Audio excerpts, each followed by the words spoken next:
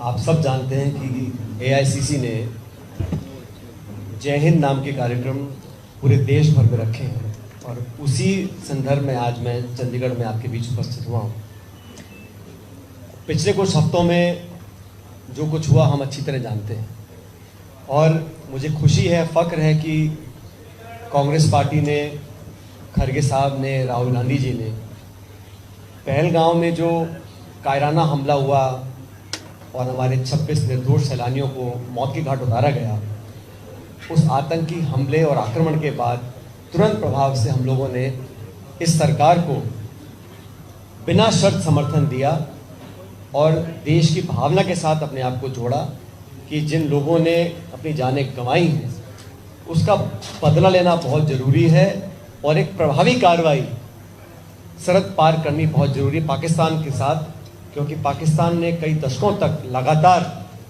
आतंकियों को पनाह दी है, उनको संसाधन दिए हैं, ट्रेनिंग दी है और अनेकों प्रमाण इस बात के हमारे पास उपस्थित थे। उसके बाद हमारी सेना ने जो पराक्रम और शौर्य का प्रदर्शन किया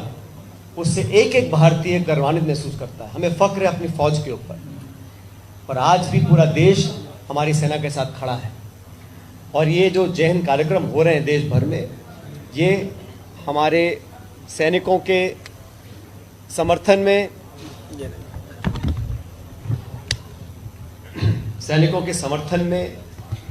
और मैं तो मानता हूँ कि सिर्फ सैनिक नहीं, हमारे बहादुर सैनिकों के जो परिजन हैं, जो परिवार वाले हैं, उनको हम लोग, पूरा देश धन्यवाद करना चाहता है और साधुवाद देना चाहता है कि अपने नौजवानों को सरहद पर हम लोगों ने भेजा है, तो उनके परिवारों को साधुवाद और धन्यवाद पूरा देश आज कर रहा है। जब से युद्ध विराम हुआ है, युद्ध विराम की घोषणा अमेरिका के राष्ट्रपति कर रहे हैं और सबसे दुर्भाग्य की बात यह है साथियों कि अमेरिका के राष्ट्रपति हों, विदेश मंत्री हों, उपराष्ट्रपति हों, सब लोगों ने जो बात बोली है उसमें एक बार भी आतंकवाद,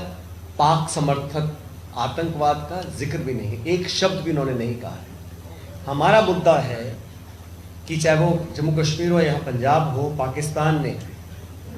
चीन के समर्थन के साथ हमेशा यहाँ पर घुसपैठियों को भेजा है और भारत को अस्थिर करने का काम किया है। पूरा विश्व जानता है कि पाकिस्तान ग्रे लिस्ट में था FATA की। पाकिस्तान ने पनाह दी उसामा बिन लादेन को, जहाँ अमेरिका ने उसको मार गिराया। असर महमूद हो या कोई आतंकी हो, वो पाकिस्तान के संरक्षण के साथ वहाँ रहता है, ये बात जग जाहिर है। बावजूद उसके युद्ध विराम की शर्तों में कहीं पर भी आतंकवाद का जिक्र नहीं होना बड़ा आश्चर्यचकित एक वाक्य सामने आया। और एक नहीं, 8 बार अमेरिका के राष्ट्रपति डोनाल्ड ट्रंप ने कहा, 8 बार, कि हिंदुस्तान को व्यापार का लोभ या डंडा दिखा के हमने सीज़फायर करवाई है। एक बार नहीं कहा, 8 बार कहा है